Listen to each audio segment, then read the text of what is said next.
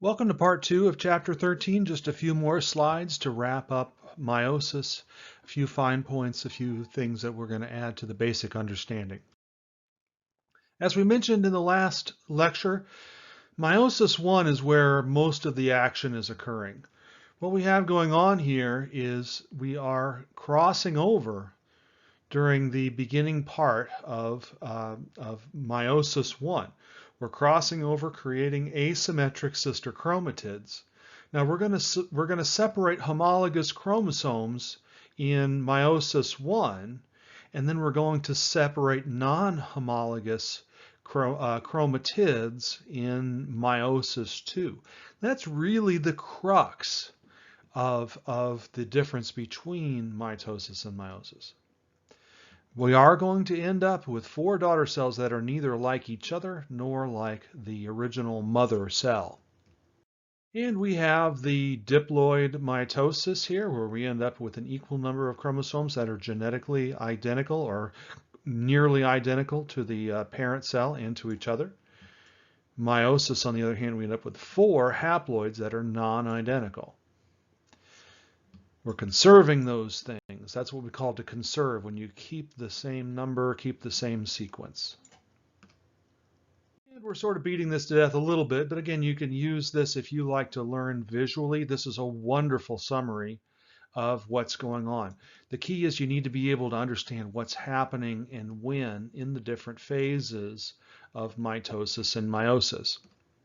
Mitosis was primarily in Unit 3, but we're going to build on it for meiosis, so you can't leave this behind when we're talking about the mechanisms involved in meiosis.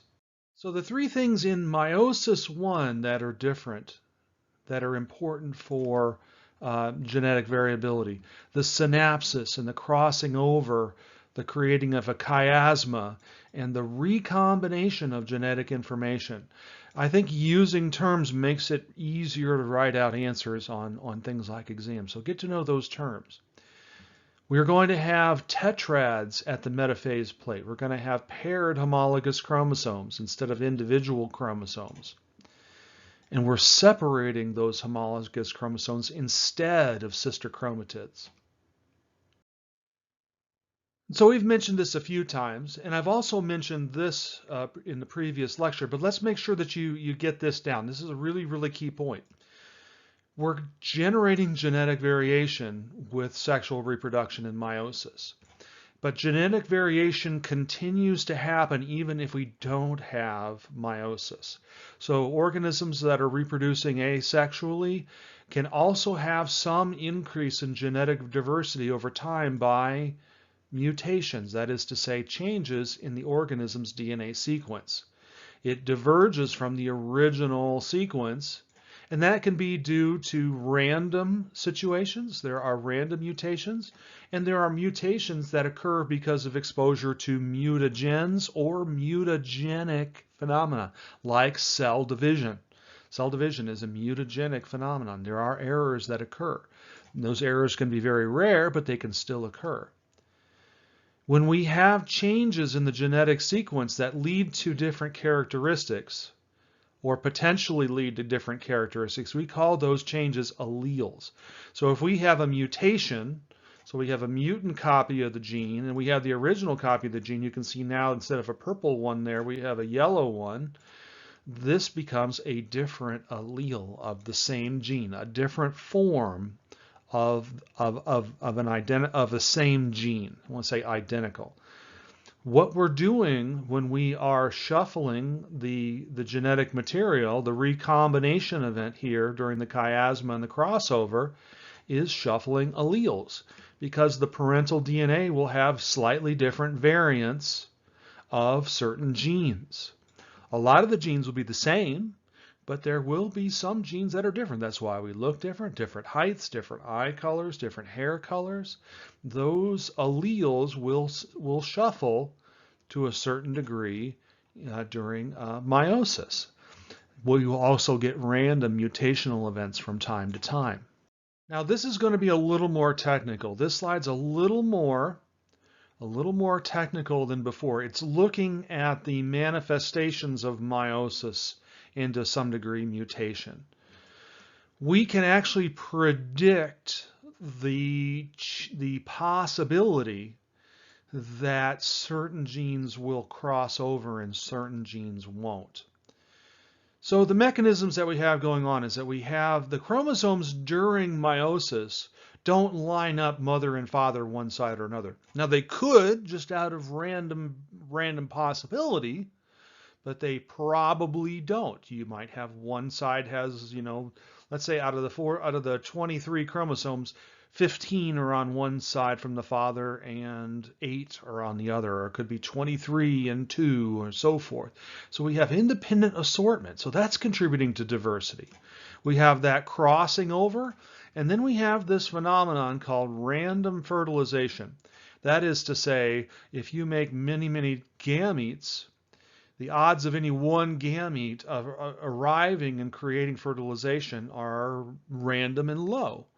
So in the case of the male in the human species, that's hundreds of millions every day. And so we have random fertilization. We don't know which sperm is going to fertilize the egg. We don't know which egg is going to mature at any given time. Along with these things can lead to an amazing diversity within our species.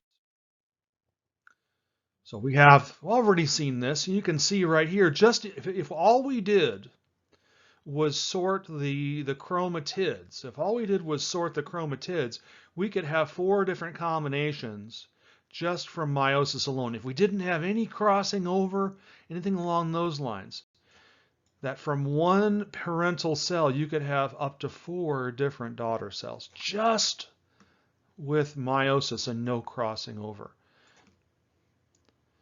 Okay, that's how strong this is. It turns out if we apply all of those mechanisms, the number of possible combinations is roughly 2 to the nth power, where n is the haploid number. In the case of human beings, that haploid is 23.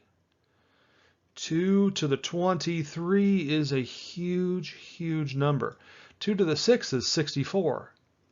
So imagine, keep going, 128, 256, keep going. Possibility, 2 to the 23 possible combinations. More than 8 million possible combinations just from one person. Okay? Then you have the other person. Okay? That's the amazing part. And that's why we can have literally almost endless combinations of chromosomes. And make sure that you can outline and identify these steps. You can talk about each of these steps. What's going on in prophase 1? What's going on in metaphase and anaphase 1? What's going on in anaphase 2, and so forth and so forth? What does recombination mean? Use your words, because this is a language. It's a language of concepts. So random fertilization, we talked about that. 8.4 different chromosome combinations, 70 trillion diploid combinations. Okay, now we're getting really high. One of the major misconceptions in modern society is Darwin's theory of evolution in terms of survival of the fittest, right? The strongest, the most, whatever. That's not really what it's about. What we mean by fittest means is that those individuals that have the ability to survive the environmental conditions and the competition that is there. Favored by the environment, genetic variations favored by the environment. It's not the fittest in terms of the most in shape or the strongest. It's the fittest in terms of the traits of the given individuals in the environment. Sexual reproduction, genetic variation, mutations all contribute to an ongoing change in the genetic makeup of a population over time. You have relatively fast genetic changes from generation to generation, the remixing and the reshuffling of genes, and you have the slow, methodical change of genetic mutations over time that get introduced into a population, many of which are not favorable, but every once in a while one is. Allows for much more genetic diversity, and diversity in the biological world, we have learned time and time again, is strength. We get very, very concerned when a certain species that is threatened or endangered falls below a certain number of individuals. Because when the certain number gets too low, you begin to get a genetic bottleneck. You get a genetic bottleneck, and that means that that species is no longer able to adapt to changes as easily, or may not be able to adapt to changes at all. So more adaptability, more variation, greater chance of mutation can all drive genetic variation and a greater chance of survivability when faced with changes in circumstance or environment. And just to wrap up, there's a new version of Stephen King's book, The Stand, coming out. And this isn't an advertisement for this. The Stand is a fictional book about a crisis of humanity that occurs when a super spreading virus that's exceptionally lethal kills off over 99% of the human population. And so while the book is fictional, nevertheless, I think it's an extraordinary thought experiment into what would happen to humans if we were to face that sort of a crisis in terms of a genetic bottleneck, if you will. But we have seen this in actual history. Bubonic plague in Europe in the early first millennium of following in BC, so around 1900, 1100 BC. We call that the medieval times, the Dark Ages. What happened was so many humans died off from bubonic plague that it changed the genetic makeup of the humans in Europe, that the people who died off were genetically susceptible. And that's what's sort of happening in The Stand, is that only a very, very few people are genetically immune to this virus that comes out.